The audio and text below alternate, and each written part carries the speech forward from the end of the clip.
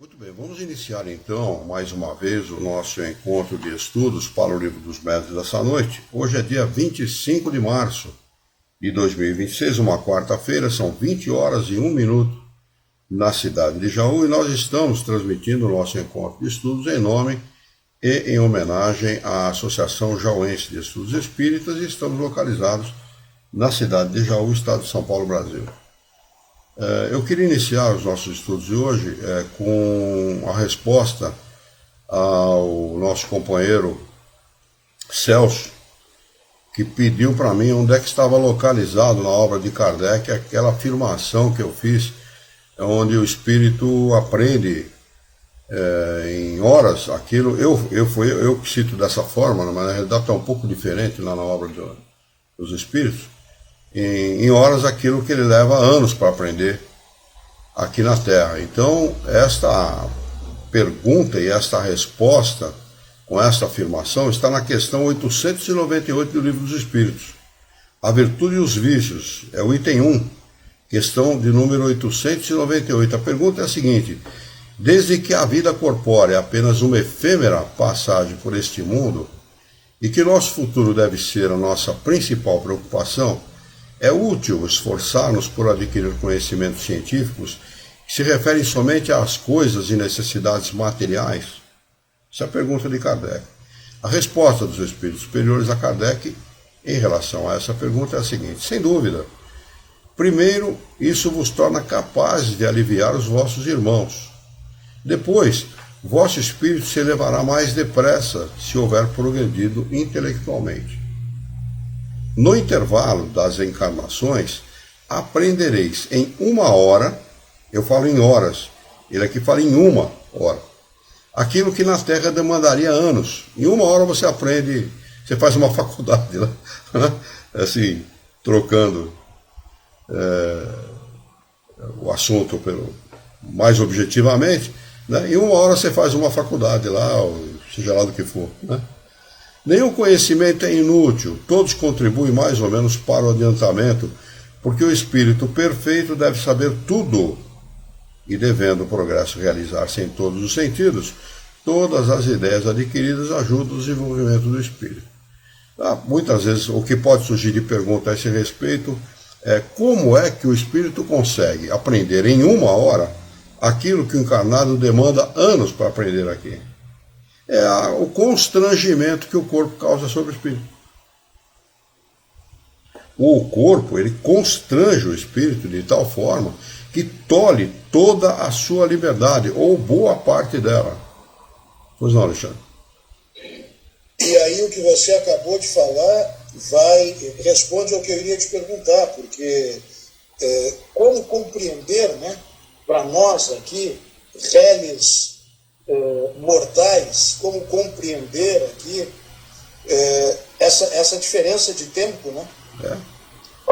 Porque é complicado para nós aqui, né? Para você ver como a matéria, como o corpo é um dificultador realmente de muitas coisas, né? O corpo, os espíritos chamam o nosso corpo de o cárcere do espírito. E é realmente isso mesmo. Nós estamos encarcerados. As possibilidades do espírito, a capacidade do espírito fica completamente tolhida, ou quase que completamente tolhida pelo corpo. A experiência no corpo é uma experiência singular e quase que única. Porque nós não vivemos, nossa vida não é no corpo. A vida no corpo, ela é um acidente de percurso, algo que sai fora do normal. Acidente de percurso é isso. É algo que sai fora do normal. Né? É isso para nós, a vida na matéria é isso. Nós vivemos prioritariamente, na maior parte do tempo, como espíritos, como os desencarnados, livres, sem corpo físico, não tendo nenhum local localizado ou circunscrito para viver.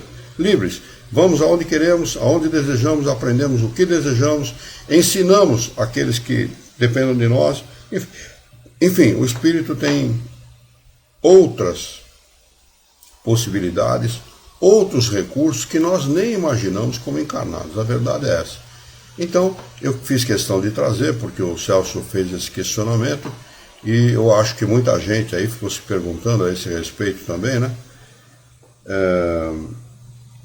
O Jorge escreveu aqui: o pesado fardo da matéria não é só um pesado fardo, viu, Jorge? É um cárcere mesmo. Nós estamos encarcerados, somos prisioneiros da carne. Tá? E só vamos nos libertar dela depois da morte do corpo, né? Do nosso desencarne. Que o que morre é apenas o corpo físico, né? O fenômeno biológico da morte é isso, é apenas o desaparecimento do nosso corpo físico. O espírito é imortal, ele sobrevive sempre, junto com o seu perispírito, que é atualizado, o perispírito é atualizado de conformidade com a evolução moral e intelectual de cada um. Né? Você quer falar alguma coisa, Alexandre? Eu ia fazer um comentário sobre essa questão da liberdade que nós temos, né? A partir do momento que nós entramos em emancipação ali, né? E uma das liberdades é o fato de você volitar, de você voar. Então, quer dizer, eu particularmente já tive essa experiência. Eu também. É algo fantástico. Fantástico. Eu tive essa experiência e me proporcionaram retornar com a lembrança de detalhes. Então, quer dizer, por aí a gente percebe o cárcere realmente que é isso aqui que a gente tem hoje, né? Que é o corpo, né, Luiz? Os desencarnados, os nossos espíritos guias, os bons espíritos, devem ficar condoídos da nossa situação como encarnados, por melhor que ela seja. Por mais confortável financeiramente que seja a situação do encarnado, ela é, em relação à vida do espírito, do desencarnado, ela é lamentável. Lamentável, pura e simplesmente. Eu não estou exagerando, não. Não estou exagerando. Né? Sem falar das doenças, né? Não, eu estou me atendo única e exclusivamente à encarnação de forma genérica, né? Sem tirar aí as vicissitudes da vida, os problemas, os percalços e tudo aquilo que a gente vive e convive aqui, as guerras, os sofrimentos, as dores, as lágrimas, as decepções, os encontros e desencontros que nós vivenciamos aqui nesse planeta. Mas o fato é que nós precisamos. O espírito imperfeito como o nosso precisa da encarnação para poder progredir. Cabe a nós, cabe a cada um de nós apressar esse processo. Você pode apressar ou atrasar isso. Ter que reencarnar muitas vezes ou reencarnar poucas vezes. Depende única e exclusivamente de nós. Se nós nos adiantarmos intelectualmente, automaticamente o progresso moral é consequência do adiantamento intelectual, né? E nós vamos progredir mais rapidamente. Não sei se vocês repararam na resposta do Espírito, é muito interessante o que ele fala a respeito dele. Ele diz assim, ele perguntou a respeito dos conhecimentos, adquirir conhecimentos que sejam única e exclusivamente referentes à matéria, às coisas, necessidades materiais, pergunta ele. Diz, sem dúvida, primeiro isso vos torna capazes de aliviar os vossos irmãos. Diz, o conhecimento tem esse condão, esse propósito, de fazer com que o homem progrida intelectualmente e minore o sofrimento do seu próximo. Né? E olha, o mais interessante nessa resposta, ele diz assim, se elevará mais depressa se houver progredido intelectualmente, ele não fala moralmente.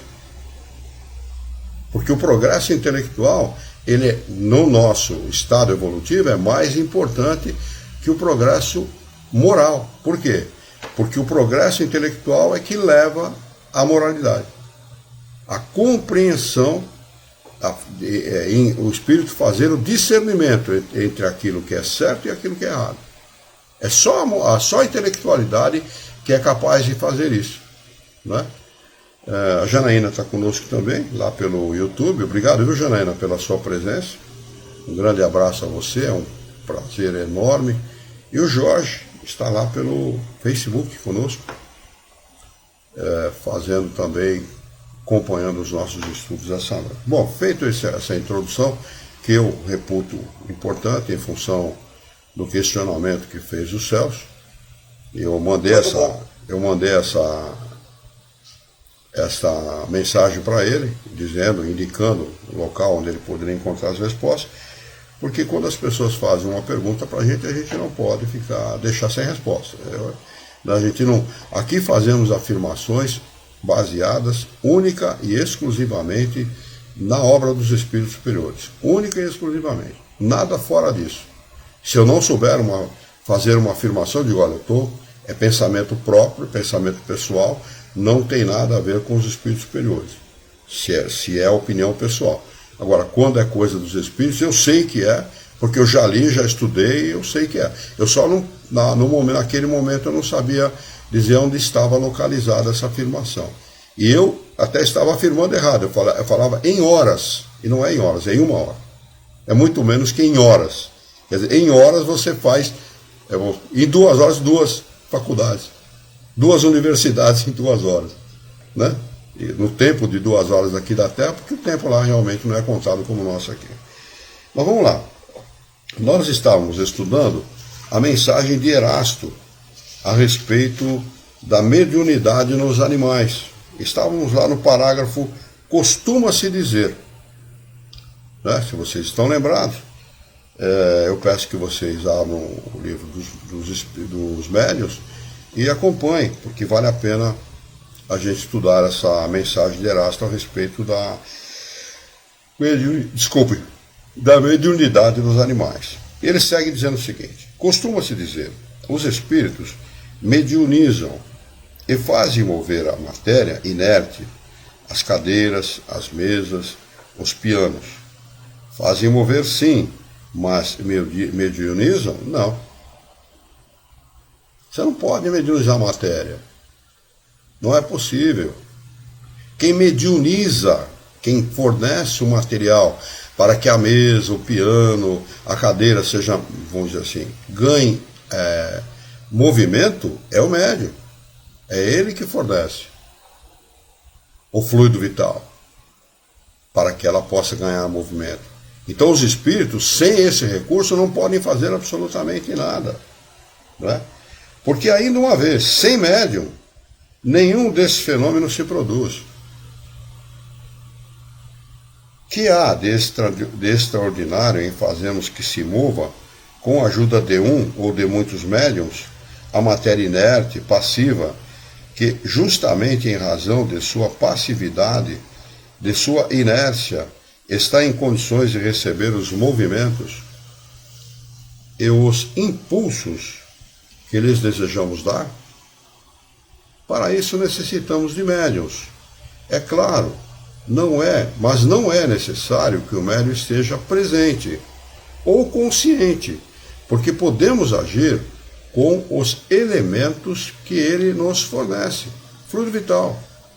O médium fornece fluido vital para o espírito. Ele retira esse fluido vital aonde ele exista. O médium pode estar a léguas de distância, a quilômetros de distância do local onde está sendo realizado aquele evento. Ele vai lá, retira esse material e promove o evento onde ele quer. Não é? Então não é necessária a presença do médium, ou de muitos médiuns. Dependendo do tipo de evento a ser promovido, é necessário uma quantidade maior de fluido vital. Pois não, Alexandre? Luiz, essa questão da distância, né? Existe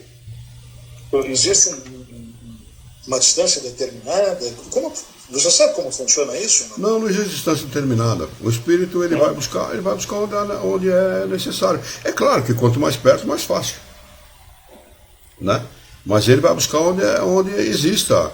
Se ele tiver que promover o evento, ele vai em busca onde exista a substância, né? Onde exista fluido vital. Porque todos nós temos fluido vital. Mas o médium de efeito físico, ele o tem em abundância. E ele pode fornecer esse fluido em abundância. E o que eles fazem? Eles pegam o fluido, formam uma amálgama, ou seja, a mistura de fluido vital com outros fluidos espirituais, envolvem o objeto e esse objeto levita, ele flutua. Não se ergue uma mesa, o espírito não ergue uma mesa, como nós erguemos um objeto qualquer, pega o objeto e ergue, não é assim. Ele não pode fazer isso, ele não tem como fazer isso. Então ele envolve fluidicamente uma flor, uma cadeira, um piano, uma mesa, ou aquilo que ele queira utilizar-se para promover o evento. Então ele precisa de fluido vital. Ele vai retirar esse fluido vital aonde houver a quantidade necessária que ele precisa. Está sendo promovido aqui na casa do Luiz Herrera, mas o vizinho, que está uma quadra daqui, 1,5 quadras, 2 quadras, ele vai lá, retira e promove o evento, sem que a pessoa tenha consciência disso.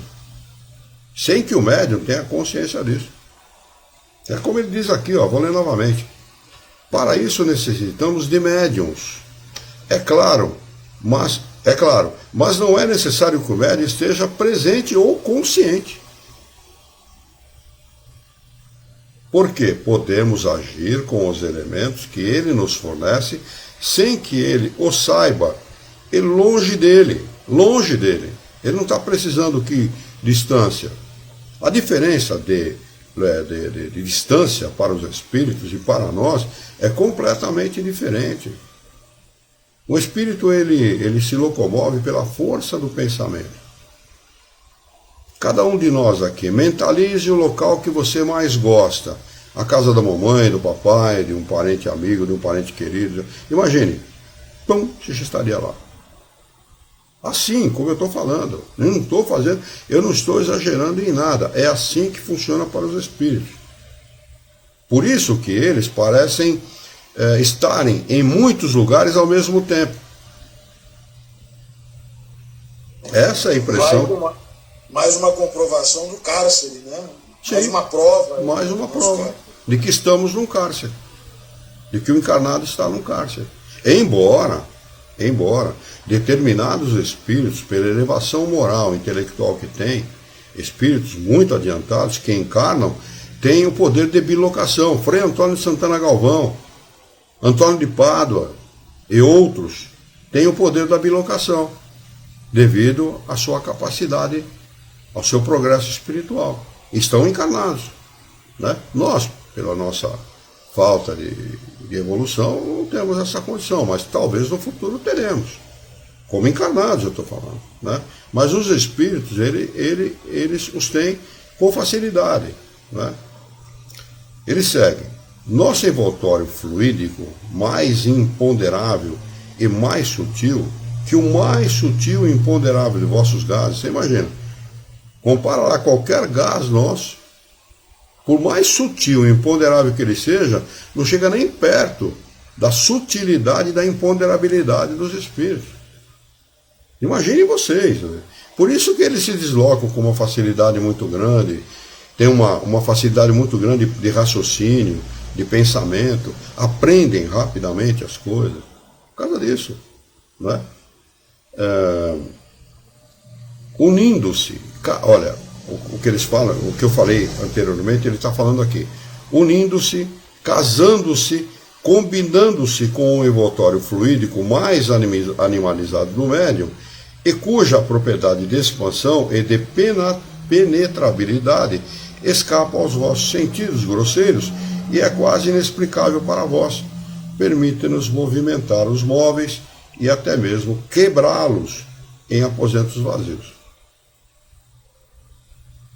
Olha a explicação que Erasto está dando a esse respeito. Certamente que os espíritos podem tornar-se visíveis e tangíveis para os animais. E muitas vezes acontece que o pavor súbito os toma e que vos parece sem motivo. É causado pela visão de um ou mais desses espíritos mal intencionados. Um espírito imperfeito que quer causar pavor no cavaleiro, por exemplo, ele se apresenta ao cavalo, mas o cavaleiro não o vê. O animal se espanta, empina, joga o cavaleiro no chão, pode até causar a morte do cavaleiro, um ferimento grave, e o cavaleiro não sabe porque o cavalo empinou. É assim que eles fazem. Né? Os espíritos atrasados, imperfeitos, fazem isso. Né? É causado pela visão de um ou mais ou de muitos desses espíritos mal intencionados em relação aos indivíduos presentes ou aos seus donos. Muito frequentemente se vê em cavalos que se recusam a avançar ou recuar, ou que se empinam diante de um obstáculo imaginário. Pois bem, podeis estar certos de que o obstáculo imaginário é quase sempre um espírito ou um grupo de espíritos que se comprazem em detê-los. Lembrai-vos da mula de Balaão, que vendo um anjo pela frente e temendo sua espada flamejante, não queria avançar adiante. É que, antes de se manifestar visivelmente a Balaão, o anjo quis tornar-se visível apenas para o animal. Mas, quero repeti-lo, não mediunizamos diretamente nem os animais, nem a matéria inerte. Mas como é que o cavalo vê? Ele vê materializado.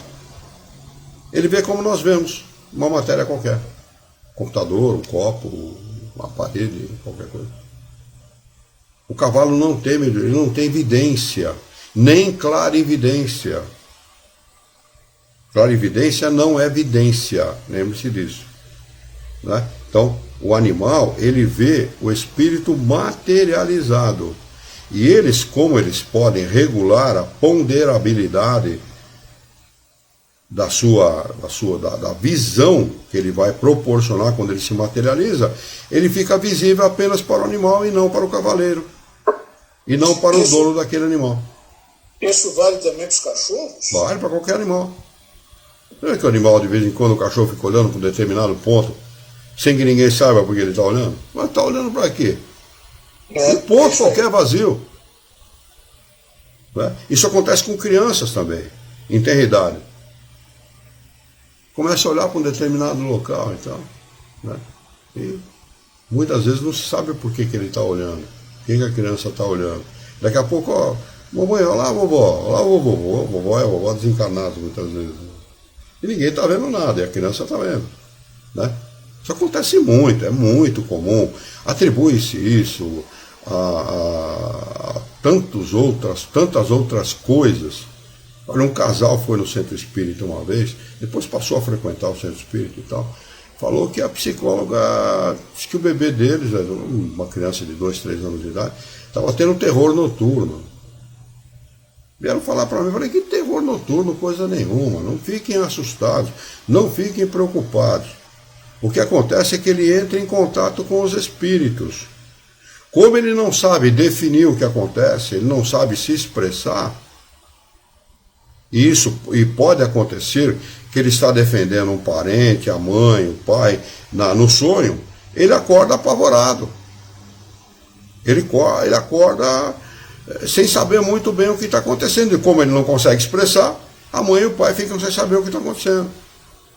Aí eu orientei o papai e a mamãe, olha, quando vocês forem colocar ele para dormir, faça uma prece junto com ele, aguarde ele dormir, coloque a mão sobre a cabeça dele, faça uma prece, peça para o anjo da guarda acompanhá-lo durante o sono. Vocês vão ver como isso muda. Acabou o problema. É assim, nós temos que usar os recursos do conhecimento espírita para orientar as pessoas. Porque isso é natural. Chamo de coleguinha invisível, amiguinho invisível, chamo de um monte de coisa, sem que realmente falem a verdade daquilo que está acontecendo. Porque muitas vezes não querem admitir, ou mesmo os adultos têm medo de admitir os espíritos. Né? Como é que é? Assombração, chamo de um monte de coisa, uma bobajaiada. O ser humano está no século XXI, parece que está no século XV ainda. Né? Tanto conhecimento, tanta coisa que está à disposição do ser humano, e ele ainda continua dando com a murro em ponta de faca. Né? Mas é do ser humano, ele não vai em busca do conhecimento, ele não pode ter conhecimento.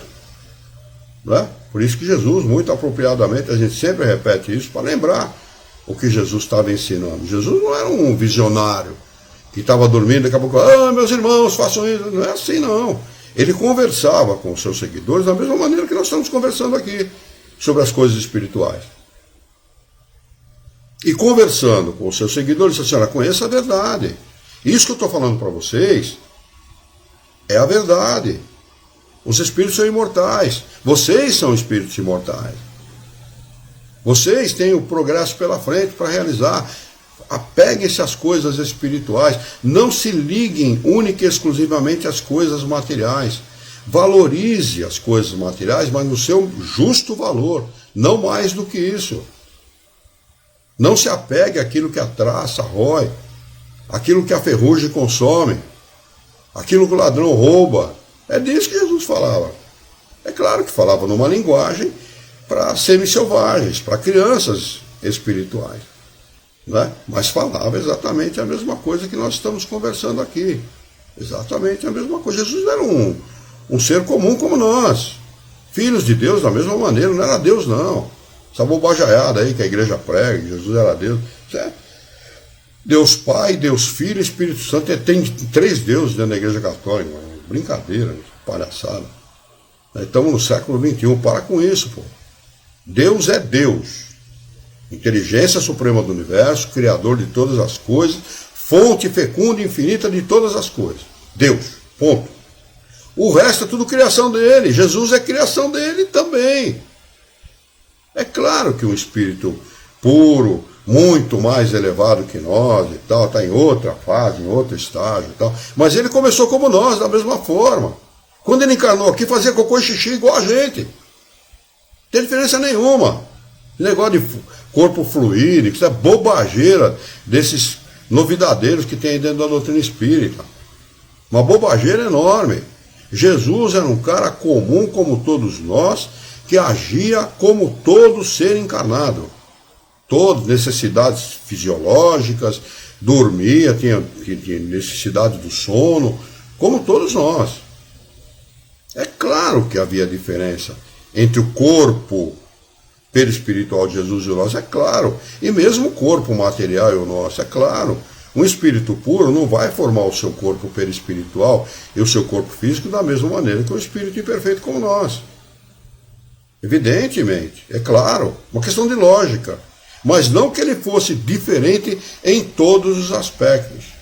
Não, as mesmas necessidades que nós temos de alimentação, hidratação e problemas fisiológicos, tudo exatamente a mesma coisa. Sentia dor como nós, da mesma maneira. Não é? Então é isso, mas Jesus não era um visionário, ele não era um alienado. Está dormindo, meus irmãos, nada disso. Ele falava coerentemente, racionalmente com seus seguidores. É claro que com os seus seguidores, os apóstolos, ele falava de uma maneira, e com o povo de outra. Lembra da pergunta, se eu não me engano, de Pedro? Por que com a gente você fala de um jeito e com o povo de outro? Está no Evangelho de Jesus essa pergunta. Exatamente pela razão que os apóstolos eram espíritos com maior progresso do que os outros. Ele não podia se abrir com os outros da mesma maneira que se abria com seus seguidores, com seus apóstolos. Ele não podia falar da mesma maneira explícita, como ele era mais explícito com os apóstolos que com as pessoas. Mas ele ensinava as pessoas da mesma maneira e estudava as questões espirituais da mesma maneira que nós estudamos aqui. É claro que guardadas as devidas proporções. Né? O homem estava numa situação intelectual e moral completamente diferente da nossa. Né? Muito mais atrasado. E outra coisa, o conhecimento das leis materiais era muito menor. Era necessário que o homem conhecesse as leis materiais e as desenvolvesse. Não veio de graça, não. Assim como o Espiritismo não veio de graça. O Espiritismo é fruto de pesquisa. Não se esqueçam disso. Não veio de graça. Kardec foi um pesquisador. E se nós quisermos tomar conhecimento de doutrina espírita, temos que pesquisar e estudar da mesma maneira que Kardec o fez. Senão nós não vamos conhecer a doutrina espírita. É uma ciência que trata dos artigos, das coisas mais profundas que o homem vivencia na matéria. Então é preciso esse estudo. Não é? É necessário esse estudo, é necessário que nós tomemos conhecimento da verdade. E a verdade está contida aqui. Por quê? Porque isso nada mais representa do que o próprio Evangelho de Jesus, ampliado, confirmado, ampliado e explicado. Nada mais. O Espiritismo não inventou nada. Imortalidade, Jesus ensinou. Reencarnação, Jesus ensinou. Lei de causa e consequência, Jesus ensinou. Tudo que o Espiritismo ensina, todas as leis espirituais que o Espiritismo ensina, Jesus já havia ensinado. Se nós pegarmos o Evangelho de Jesus com o conhecimento espírita e lermos o Evangelho de Jesus separadamente da Bíblia, nós vamos ver que ali não tem nada de diferente da doutrina espírita, pelo contrário. Ele fala exatamente as mesmas coisas, não é? Guardadas as devidas proporções, repito. Ele segue.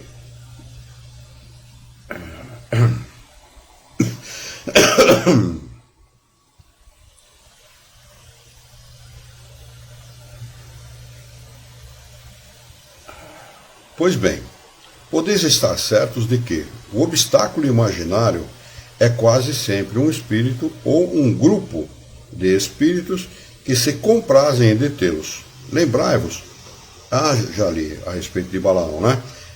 Mais à frente, mas, quero repeti-lo, não medianizamos diretamente nem os animais, nem a matéria inerte. Precisamos sempre do concurso consciente ou inconsciente de um médium humano. Ele faz questão de frisar isso. Sempre um médium humano, não existe fora da humanidade, fora do homem médium. Não existe. Só o homem tem a capacidade, a faculdade mediúnica, somente o homem.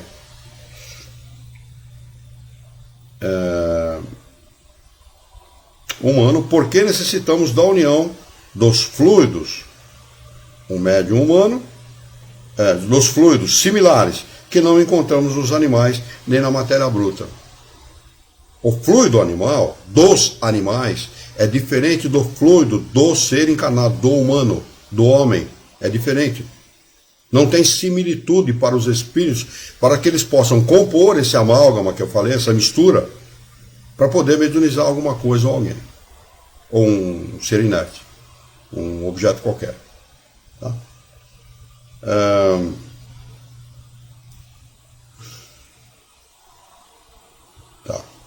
O senhor T, dizem, magnetizou seu cão. A que resultado chegou? Matou-o, porque esse infeliz animal morreu depois de haver caído numa espécie de atonia de langor. Procura aí, Dani, o que significa atonia de langor. Eu sabia a esse respeito, mas eu não gravei. Por gentileza, Dani, vamos esclarecer esse termo que ele usa aqui. Consequência de sua magnetização. Com efeito, infiltrando-se um fluido aurido numa essência superior à essência especial de sua natureza, ele o esmagou, agindo sobre ele, embora mais lentamente, à semelhança do raio. Pois não, Dani? A expressão atonia de langor refere-se a um estado de prostração extrema, fraqueza, inércia ou paralisia funcional, frequentemente associado, no contexto do espiritismo clássico, às consequências da magnetização excessiva ou incorreta de animais. Isso aí. Então, ele pegou os fluidos espirituais, o fluido magnético, tentou magnetizar o animal, o que ele fez? Matou o animal. Porque o animal, a natureza do animal não permite isso. Isso não acontece com o homem, ainda bem, né? Já pensou? O médium, cada vez que desse uma mensagem do espírito, morresse. Né? Não tem.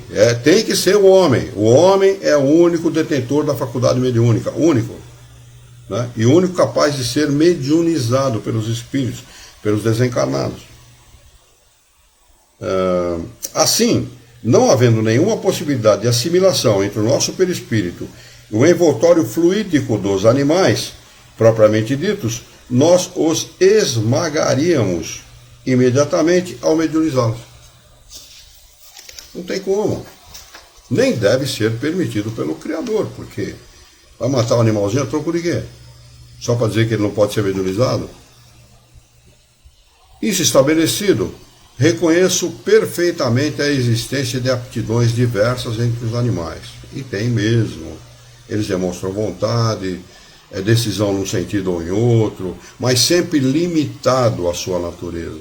Limitado, muito limitado.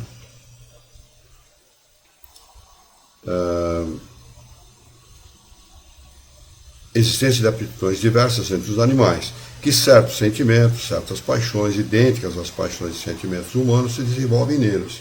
E são mesmo muito amorosos, né? Eu vou na casa da minha irmã, tem uma pequenininha lá, uma cachorrinha. Olha, ela vê a gente, parece que ela está vendo, sei lá, ela vem em cima e mordisca a gente, e se esfrega na gente, e late, e fica assim, os primeiros 5, 10, 15 minutos age dessa maneira. E olha, vê a gente cada 6 meses, 8 meses.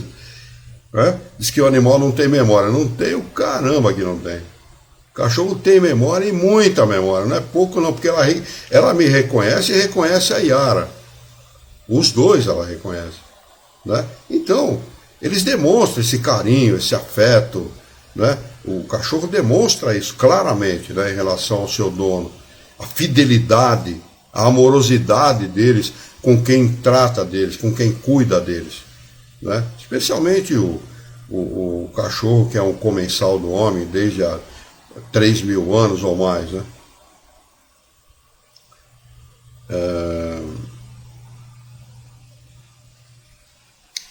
Que são sensíveis e reconhecidos, vingativos e rancorosos, segundo o tratamento bom ou mau que lhe dispensamos. É que Deus, nada fazendo incompleto, deu aos animais companheiros e servidores do homem as qualidades da sociabilidade que faltam inteiramente nos animais selvagens que habitam as solidões. Mas daí a poderem servir de intermediários para a transmissão do pensamento dos espíritos vai um abismo. A diferença das naturezas. Tem um determinado local no Livro dos Espíritos que a diferença entre os animais e o homem, de entendimento, é o mesmo que existe entre o homem e Deus. O mesmo. Nós não compreendemos a Deus e os animais não conseguem nos entender. Por isso que eles chegam perto da gente e abanam o rabinho e tentam agradar da maneira deles. Nós fazemos o mesmo com Deus, né? Vamos lá, oferecemos vela, oferecemos isso, e Deus não precisa nada disso. Não precisa oferecer nada para Ele. Porque Ele nem te perdoa e nem te pune. Ele ama. Ele não vai te punir. Pode fazer a burrada que você quiser. Você não vai ser punido nunca. A punição é do homem contra ele mesmo. São leis de causa e consequência. Vai ter consequência. Faz as coisas, boas ou más, vão ter consequências boas ou más. Né?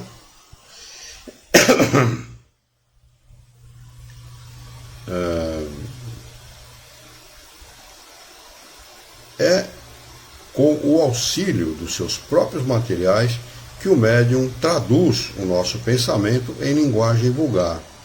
Pois bem, que elementos encontraríamos no cérebro de um animal?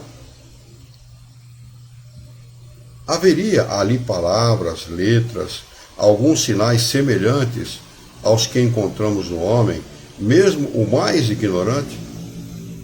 Não obstante, direis que os animais compreendem o pensamento do homem.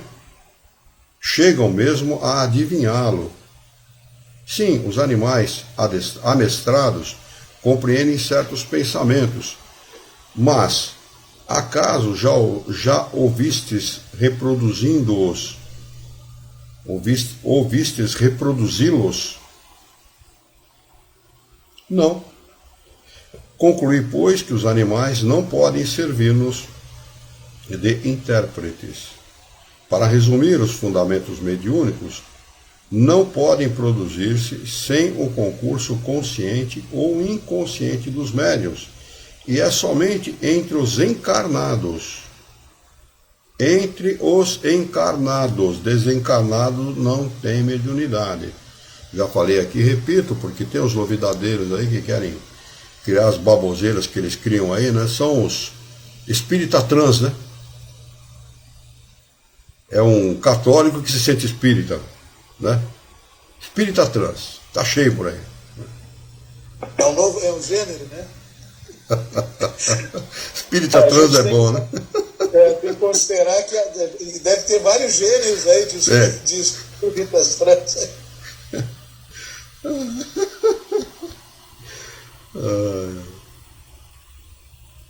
Para resumir, os fundamentos mediúnicos não podem produzir-se sem o concurso consciente ou inconsciente dos médiuns, e é somente entre os encarnados. Espíritos como nós, que encontramos o que podem servir-nos de médiuns. Quanto a ensinar cães, pássaros e outros animais para fazerem estes ou aqueles serviços, é problema vosso e não nosso. Assinado Erasto. Tem uma nota de Kardec, no final aqui dessa comunicação, que diz o seguinte: na Revista Espírita, de setembro de 1861, anotem aí, setembro de 1861, encontra-se a explicação minuciosa de um processo empregado pelos amestradores de pássaros sábios para fazê-los tirar de um maço de carta o que quiserem.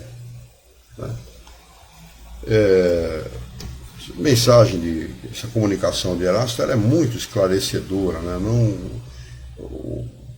A gente pode resumir o seguinte: animal não tem mediunidade, nenhum deles. Nem o cachorro, nem o cavalo, nenhum deles tem mediunidade. Deixa eu ver aqui. Jorge escreveu aqui: amamos o próximo. É o maior aprendizado que Jesus ensinou, sem dúvida. Tem outros, viu, Jorge? Jesus ensinou tudo que a doutrina espírita ensina, viu? O amor ao próximo é consequência do conhecimento. Sem conhecimento, a gente não pode amar ninguém, nem a si mesmo. Nós temos que aprender a nos amar para poder aprender a amar o próximo. Quando o sujeito olha no espelho, que não gosta do que vê, pode esquecer, não vai amar ninguém não. Ele se odeia, como é que ele vai gostar de alguém? Não tem como. Então, o conhecimento integral a respeito das coisas espirituais é que faz com que o homem desenvolva uma fé no porvir inabalável. Está na obra de Kardec essa afirmação, essa frase me marcou muito. O conhecimento integral das coisas espirituais forma no homem uma fé inabalável no porvir, porque muda a maneira dele encarar as coisas materiais. Enquanto o homem encarar as coisas materiais como prioritárias, o nosso mundo vai continuar sendo o que é. A partir do momento que nós aprendermos a dividir com os nossos irmãos as coisas melhoram, as coisas mudam. Não é? A fraternidade no nosso mundo, ela vai até a página 2. Não passa muito daí não. Né? E, diferentemente daquilo que ensinam os espíritos, nós temos que progredir moralmente, intelectual e moralmente, a ponto de nos preocuparmos com o próximo. Porque nós vamos saber que no mundo do futuro, no mundo de regeneração, o próximo está se preocupando conosco. Então, a preocupação que nós deveríamos ter conosco, ela inexiste, ou vai deixar de existir. Né? Nós somos obrigados nesse mundo a se preocupar muito com o futuro. Eu estou falando do futuro material. Não é? Jesus falava isso: não vos preocupeis com amanhã, Deus sabe. Olhai os lírios do campo. Nem Abraão, em toda a sua grandeza, se vestiu como um deles.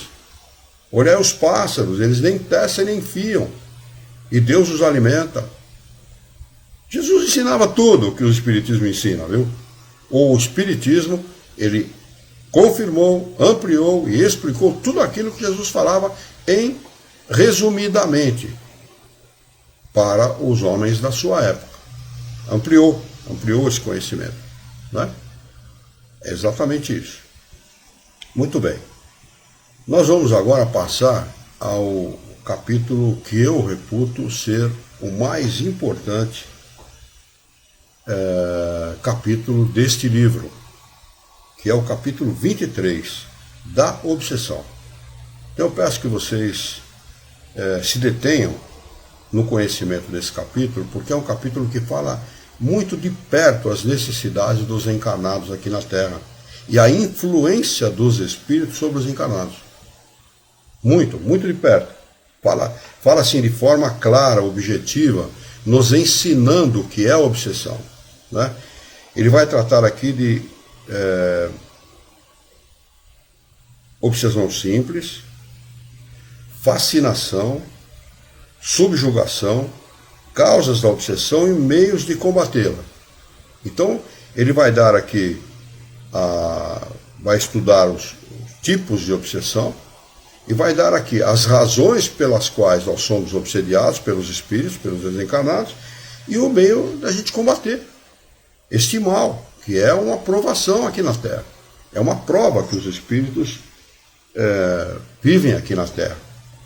E Luiz, só um adendo aí, eu acho que é importante a gente destacar também que essa questão da obsessão, e concordo com você, sem dúvida é o capítulo mais importante do livro, ela existe, vamos deixar bastante claro, essa obsessão ela existe diretamente entre todos dos encarnados para os encarnados, não especificamente dos desencarnados com os médiuns.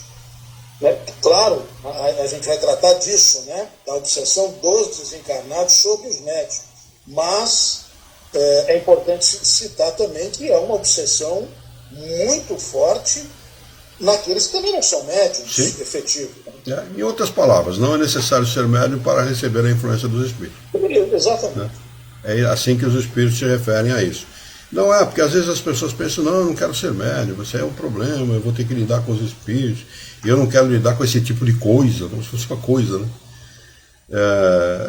É fruto da ignorância, tudo isso é fruto da ignorância. E como diz o caipira, a ignorância astravanca o progresso. Essa é a realidade. O caipira tem toda a razão quando ele fala isso, né? Realmente atrasa o progresso mesmo. Aí não podemos ser ignorantes a respeito das coisas. Se você não gosta de espiritismo, tudo bem, mas adquira um conhecimento. Né? O espiritismo não é imposto, ele é proposto. Ele nos alcança de uma maneira muito vigorosa pelo raciocínio, pela inteligência, pela racionalidade de seus ensinamentos. Não tem como negar isso. Você pode até não aceitar, você pode falar mal da doutrina espírita, você pode fazer o que você quiser, mas negar que é racional e lógico, isso você não pode negar, porque é lógica e racionalidade pura. Por isso que não tem necessidade de ser imposto, como os dogmas da igreja, por exemplo. Né? Não tem necessidade nenhuma de ser imposto, e nem ficar ameaçando ninguém. Ou você é espírita ou você vai para um umbral, ou vai lá para o Vale do Suicídio. Mentira isso não existe. Para começar, nem existe umbral, nem vale de suicídio, nem coisa nenhuma. Nem inferno. E nem céu também. Certo? Felicidade é uma coisa, é próprio de cada um. Cada um é feliz, independente do lugar em que esteja. Tá certo? Não tem necessidade nenhuma de você estar no paraíso para ser feliz. Aí bota o cara sentado numa nuvem, balançando as perninhas e contemplando a natureza. Como se o dolce far niente, o doce fazer nada, significasse alguma coisa. Porque a pior coisa do mundo é não fazer nada. Não é? O espírito é trabalho. Estou falando do desencarnado. O homem é trabalho também. Ou ele aprende a trabalhar, ou ele passa necessidade. Eu não tenho nada, e não vai ter nada nunca. Você não trabalha. Você quer o quê? Eu vivo de salário, meu salário não vale nada. Pô, se aplica, pô. Vai fazer uma faculdade, vai estudar, faz um curso técnico, faz alguma coisa. Corre atrás. Eu conheci um sujeito, um japonês, Carlos Shigeru Toya. Carlos Shigeru Toya. Esse homem, ele era engenheiro da Mercedes-Benz. Ele fez 3 faculdades, entre elas engenharia mecânica. Foi de lavoura no começo da idade da vida dele, com 10 anos de idade. O pai pegou uma enxadinha a garça, deu para ele e falou assim: vira, toca a vida, porque a vida é isso aqui, é trabalho. Né? Ele fez 3 faculdades, era engenheiro da Mercedes-Benz. Chegou um determinado momento, sabe o que ele falou? Ele era chefe já, estava em franco progresso dentro da igreja, dentro da Mercedes. Chegou um momento que ele falou: não, isso aqui não é para mim não. Isso aqui não serve para mim não. Vou sair. Pediu a conta. Está ficando louco, rapaz. Você está progredindo, francamente. Não, eu vou sair, não quero saber. Sabe o que ele foi fazer? Imaginem vocês. Ele bolou, isso ninguém tinha feito. Ninguém fazia isso. Ele bolou de comprar verdura, lavar, picar e vender pronto. Simplesmente ficou rico. Ninguém fazia isso, né? Eu lembro, quando era criança, que na feira tinha uma máquina que tinha uma roda, era uma roda, como cortar frios. Só que era aberta. O cara pegava um maço de couve, apenas a couve. Ele picava, ele vendia a couve picada. Mas era a única coisa que tinha picado, não era lavado, não era higienizado, nada. Então a mulher chegava em casa, ela botava na água fervente e tal, e acabava de fazer. Ele vendia pronto, a dona de casa pegava o pacotinho, como existe hoje em vários lugares, né? Depois andaram copiando a ideia dele e tal, ele largou. Depois que copiaram, ele largou. Né? Mas ficou rico desse jeito. O homem é um empreendedor nato. Ele tem hoje um hotel na praia, na Ilha Comprida. Ele tem um hotel, já fez mais um hotel, fez uma pousada para o filho. Essa pousada que ele construiu a primeira, ele vai deixar para a filha e está fazendo uma outra para a esposa. O homem é um empreendedor nato, o homem, engenheiro mecânico. Entendeu? Então é isso. Mas trabalha, gente, se vocês verem este cara trabalhar, parece que ele não tem nada na vida. Deita 11 horas, meia-noite todo dia, quando é 6 horas, 6h30, ele está lá, preparando o café para os hóspedes e tal. Isso é mesmo, cara. Bom, mas é viver só trabalhar? Não, pelo contrário, ele tira 90 dias de férias por ano. Ele viaja o mundo, cada vez que ele sai é 45 dias. Tá bom para vocês ou não? É isso. Trabalho. A vida é trabalho. Quem cruza os braços passa a necessidade merecidamente. Quem não se aplica passa a necessidade merecidamente. Porque o trabalho vence tudo. E quando nós desencarnamos, não vamos ficar inertes, não. Pelo contrário, é que nós vamos trabalhar mais ainda. O dobro do que nós já trabalhamos aqui, ou mais. Porque aí nós teremos liberdade para trabalhar. Não teremos as limitações do corpo, como necessidades fisiológicas, sono, etc. Vamos poder trabalhar muito mais, com muito mais liberdade. Né? Não vejo a hora que chegue isso também, porque o corpo constrange muito. Né? Muito bem. Vamos dar início, depois a gente vai voltar nisso aqui, porque está faltando 7 minutos só. Depois a gente retoma, na próxima quarta-feira, retoma o início desse capítulo, tá bem? Da obsessão. Vai tratar da obsessão simples, como eu já falei. Fascinação, que é a pior das obsessões. Subjugação, causa da obsessão e meios de combatê-la. É o seguinte, no número das dificuldades que a prática do espiritismo apresenta, é necessário colocar a da obsessão em primeira linha. Trata-se do domínio que alguns espíritos podem adquirir sobre certas pessoas. São sempre os espíritos imperfeitos, ele chama aqui de inferior, os espíritos inferiores que procuram dominar, pois os bons não exercem nenhum constrangimento. Se o espírito obsedia, é porque ele não é bom. Ele é no mínimo imperfeito. As razões que o levam a fazer isso é outra questão. Mas ele é no mínimo imperfeito. Se fosse um espírito bom, não o faria. O espírito bom não é vingativo. Por mais que ele recebeu, por mais injustiças que ele tenha recebido, ele não se vinga de quem quer que seja. Os bons aconselham, combatem a influência dos maus. E se não os escutam, preferem retirar-se. Os maus, pelo contrário, agarram-se aos que conseguem prender. Eles insistem em cima do cara, insistem. Se o cara dá trela pro desencarnado, ele prende o cara. Ele segura o cara e vai dominar o cara pro resto da existência dele. E depois de desencarnado, se bobear também. Se chegam a dominar alguém, identificam-se com o espírito da vítima e o conduzem como se faz a uma criança. A obsessão apresenta características diversas que precisamos distinguir com precisão. A obsessão não é uma só, não. Ela tem várias modalidades diferentes que nós precisamos identificar e saber o que está acontecendo. Ser obsediado não tem problema nenhum, todo mundo é, viu? Ah, eu não sou. É sim, porque nós recebemos a influência dos espíritos. Nós somos sim. O problema é você dar trela pro cara, dar trela pro peão, aí é que é o problema. Tá certo? A conduta moral é fundamental nesse aspecto. Porque a boa conduta moral afasta essa gente. Se não afasta de imediato, com o tempo, eles vão insistir, eles vão que não conseguem nada, vão procurar outro cliente, outro freguês.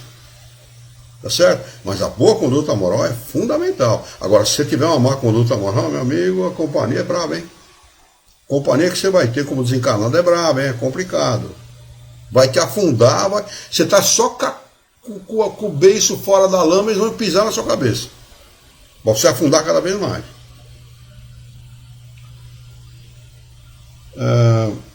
A palavra obsessão é, portanto, um termo genérico pelo qual se designa o conjunto desses fenômenos, cujas principais variedades são a obsessão simples, que é a influência pura e simplesmente de um espírito sobre o encarnado, ou de um encarnado sobre o encarnado, ou de um encarnado sobre um desencarnado. São essas três vias, viu? Ou dele sobre ele mesmo. A auto-obsessão. De um desencarnado sobre o encarnado, a influência, a má influência de um desencarnado sobre o encarnado, de um desencarnado sobre o desencarnado e de um encarnado sobre o desencarnado. E a influência contra si mesmo. Que tem gente que é tão... ele é tão para baixo, ele é tão... como eu posso dizer? Qual é o termo correto, hein? Deprimido? Sei lá se é depressão, não seria bem esse termo, mas ele, tudo para ele, nada presta, nada serve, ele é sempre, a vida não presta. Negativo. Negativista em todos os aspectos. Nada serve, o patrão não presta, os colegas não prestam, a vida não presta, o carro dele não presta, a roupa dele não presta, nada presta. Né? Se bobear, ele olha no espelho e fala, você também não presta. Esse aí é um auto-obsessor. Esse é o cara que se obsedia a si mesmo em tempo integral. Né? E as pessoas têm que entender o seguinte: nós não estamos na vida para sofrer. Mas por que eu sofro? Você sofre porque você cometeu impropriedades em outras encarnações e está respondendo por sua vontade, por decisão própria, antes de encarnar, aquilo que você fez em outra encarnação. Você pediu esse sofrimento para poder ressarcir-se com a lei de Deus e com a própria consciência. Não é Deus que está castigando, não. Não existe castigo. Assim como não existe perdão de Deus, ele não precisa perdoar ninguém, ele ama. Quando Jesus foi perguntado a esse respeito, ele falou assim: um pai cujo filho pede pão dá pedra para ele? É claro que não. Ora, sendo vocês imperfeitos como são, dão pão para o vosso filho, imagine vosso pai que é perfeito. Então não tem essa de precisar perdoar. Ele ama em tempo integral. Ele nos dá todas as oportunidades necessárias, imagináveis e necessárias para que nós progridamos. Inteligência e pensamento são as duas ferramentas que nós precisamos para progredir. E já nos foi dada lá no início, quando nós nos tornamos individualidades. Nós deixamos de ser elemento espiritual para nos individualizar, nos aderimos, nos agregamos à menor partícula da matéria e começamos daí o nosso progresso. Daí nós começamos o nosso progresso. Vocês já viram uma colônia de vírus? Um vírus, isso eu vi na televisão, hein? E eu fiquei, como espírita, raciocinando a respeito. Olha a inteligência do espírito aí. Um vírus se separa da colônia e aprende a se defender do antivírus que foi aplicado no paciente. Ele aprende a se defender. Aí ele encosta, aquele vírus sozinho, encosta na colônia e ensina os outros a se defenderem. Para aprender nós precisamos do quê? De inteligência. Para ensinar nós precisamos de quê? De inteligência. Então o vírus, ali tem o princípio espiritual naquele vírus. Como em qualquer outra coisa, sem o elemento inteligente, a matéria é nada, é zero. A matéria é nada. A matéria por si só não significa nada, não tem propósito nenhum, a não ser servir o homem. Então qualquer elemento, qualquer animal, por mais simples que ele for, um unicelular, ali está ligado a ele um espírito, um elemento que deixou de ser um elemento espiritual, se individualizou e se ligou à menor partícula da matéria para fazer o seu progresso. É ali que começa o progresso do espírito, o desenvolvimento da inteligência. Até ele atingir, depois de sei lá quanto tempo, bilhões de anos, sei lá quanto, até ele atingir a fase nominal. É assim que a coisa funciona. Exatamente assim. Então essas ferramentas que nós precisamos, nós já recebemos lá no início. E trazemos até hoje, é claro que muito mais desenvolvida, trazemos até hoje conosco. É por isso que o homem é inteligente, porque ele vem desenvolvendo nada de graça. O desenvolvimento da inteligência requer trabalho, empenho, dedicação. Ninguém se desenvolve intelectualmente sem dedicação, sem empenho. É preciso muito empenho, mas para qualquer coisa nessa vida. Mas desenvolver a inteligência requer muito empenho do homem.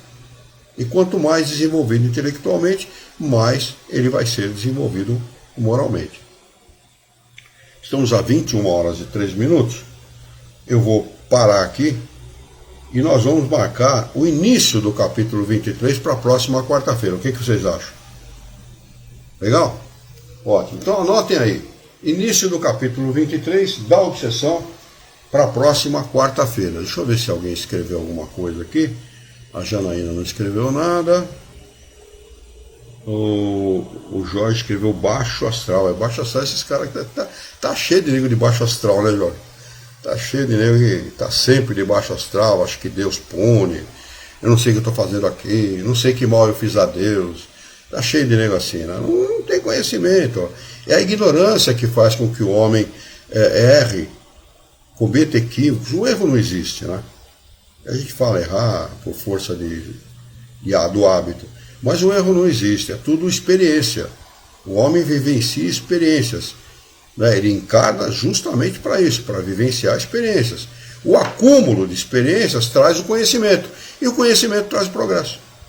Essa é a nossa vida como encarnados. Vir aqui, realizar experiências, acumular conhecimento e progredir. Avançar como espíritos, intelectual e moralmente. Né? Então é isso, quer dizer, enquanto o camarada ficar marcando passo, não quiser saber, não quero nem saber, eu bebo as minhas cachaças mesmo, não estou nem aí, tá, pode, fica à vontade. Deus não vai vir falar para você, nem Jesus, nem o Santo dos Anjos, não vai vir falar para você parar com isso, não. Quando muito sua mulher é por um tempo ainda, porque ela vai te meter o pé na busanfa, que não vai te aguentar, né?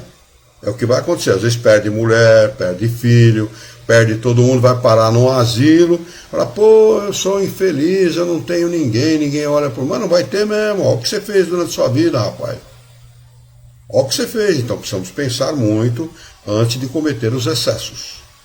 Pensar muito antes de conduzir a nossa vida para esse caminho, porque o homem é o artífice da sua própria infelicidade. Ele é o criador da sua infelicidade, muitas vezes. Ele poderia, se quisesse, conduzir a sua vida por outros caminhos e ser parcialmente feliz, porque ninguém é totalmente feliz nesse mundo, ninguém. Nem o cara mais rico, que é mais propriedades, mais dinheiro, ele é feliz, ele não consegue ser totalmente feliz.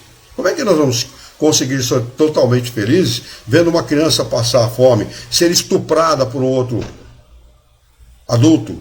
Como é que nós vamos conseguir ser felizes vendo uma mulher ser espancada pelo marido?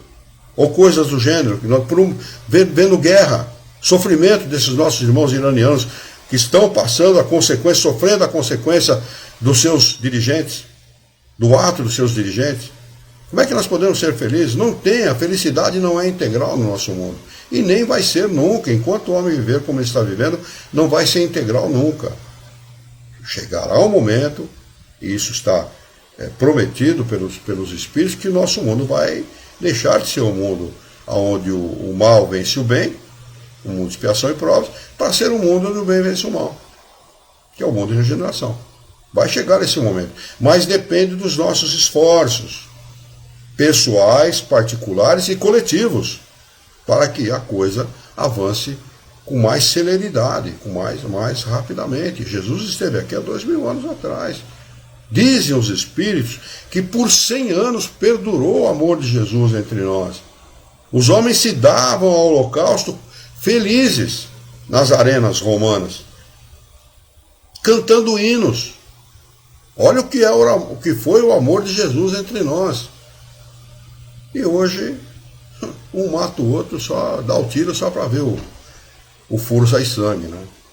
É um absurdo, mas é o mundo que nós estamos e precisamos trabalhar. Todos aqueles que têm um pouco de consciência e conhecimento precisam trabalhar no sentido de auxiliar a modificar o estado de coisas. Eu costumo dizer, fazer parte da solução e não do problema, não é? Muito bem, alguém tem alguma coisa a acrescentar, alguma coisa a perguntar, alguma dúvida? Se tiver, é o momento para nós fazermos isso, para podermos fazer a nossa prece de encerramento. Ninguém? Muito bem. Vamos então fazer a nossa prece de encerramento. Eu convido os nossos queridos irmãos, amigos e confrades a nós procurarmos nos desvencilhar das preocupações do dia, os nossos encontros e desencontros desse dia, para mentalizarmos a figura excelsa e amiga daquele que é o nosso mestre, nosso modelo e guia de toda a humanidade, Jesus de Nazaré. Juntos com Jesus, vamos nos dirigir ao Criador, ao Senhor da vida, fonte inesgotável de paz, de amor, de bondade, de misericórdia e justiça, para agradecê-lo muito pela oportunidade de aqui estarmos reunidos em seu nome, para discutirmos as questões propostas pelo livro dos médiuns dessa noite. Queira a vossa bondade, o vosso amor, a vossa misericórdia, a vossa justiça, que tenhamos bom ânimo, coragem, determinação, ideias renovadas, alegria de viver e muito entusiasmo, para que nós possamos trabalhar e sermos úteis à sociedade em que vivemos. Dá-nos ainda, Senhor, a força moral de orientarmos a própria existência por um profundo e sincero respeito pelo nosso próximo. Em teu nome, em nome de Jesus, em nome dos bons espíritos, em nome do nosso diretor espiritual e de toda a sua equipe, nós declaramos encerrado o nosso encontro de estudos dessa noite.